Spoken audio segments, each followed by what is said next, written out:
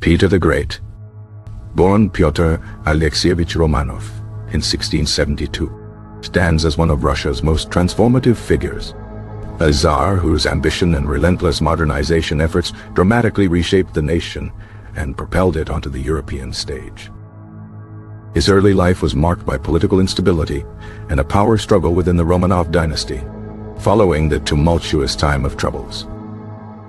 Born to Tsar Alexis I and Natalia Kirillovna Narishkina, Peter's upbringing was characterized by exposure to Western European culture, facilitated by his mother's connections and tutors. Unlike his predecessors, Peter was fascinated by technology, craftsmanship, and military strategies from the West, a stark contrast to the traditional Russian focus on Byzantine Orthodox beliefs and values. His father's death in 1676 left the succession uncertain, leading to a period of regency by his half-sister, Sophia, who actively sought to exclude Peter from power. Sophia's regency was marked by unpopular policies and a conservative backlash against the nascent westernizing influences surrounding Peter.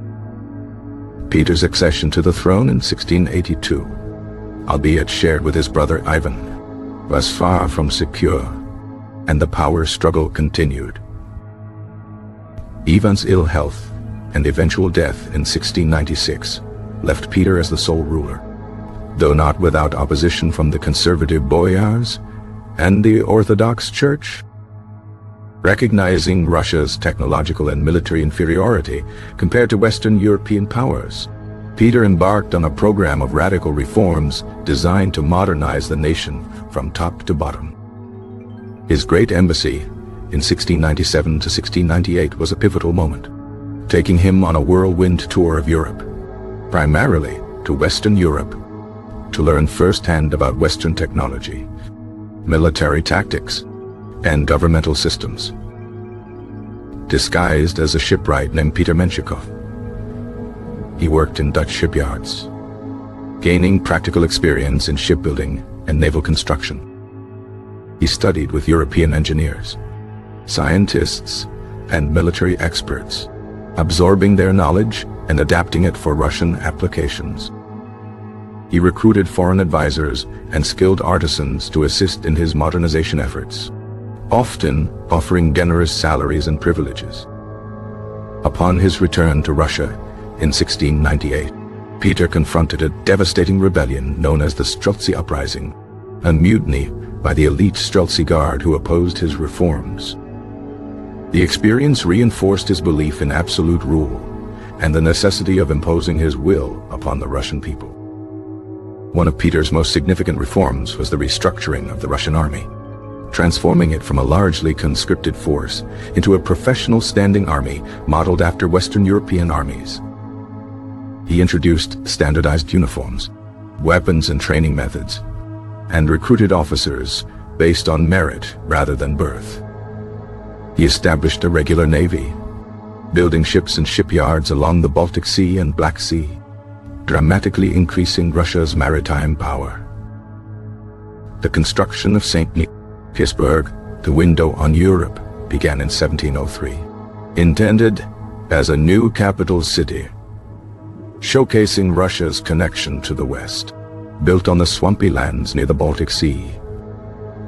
The city's creation demanded immense resources and human cost, as thousands of serfs and prisoners were forced to work in brutal conditions. Peter reorganized the Russian government, replacing the traditional boyar system with a system of colleges, similar to European ministries, each responsible for a specific area of administration. He implemented a table of ranks, a meritocratic system that linked social status and military rank, allowing commoners to rise in society through service to the state. Peter encouraged education and literacy, establishing schools and academies to train skilled workers, officers, and government officials.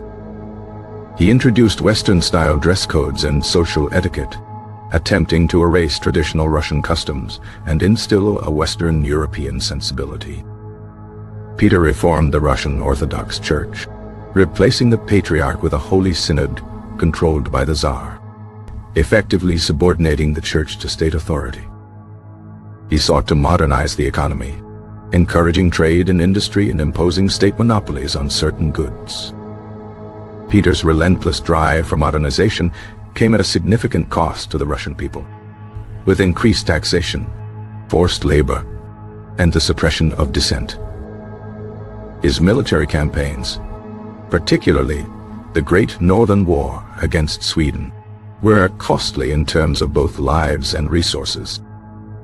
Despite the hardships, Peter's reforms laid the foundation for Russia's emergence as a major European power, transforming it from a relatively isolated and backward nation into a formidable military and political force.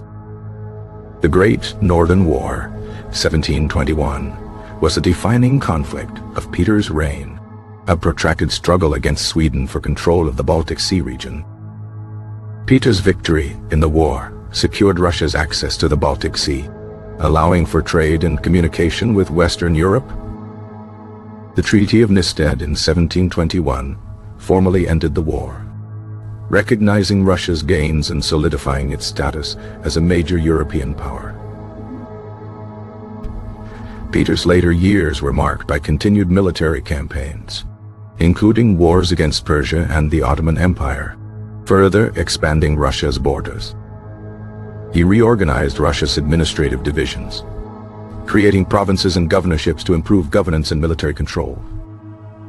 Peter's personality was complex and contradictory, a ruthless autocrat who championed innovation, a westernizer who drew upon traditional Russian strength, and a man driven by both grand ambition and intense paranoia. He died unexpectedly in 1725 while traveling to Derbent, leaving behind a transformed Russia, but also a legacy of controversy and debate.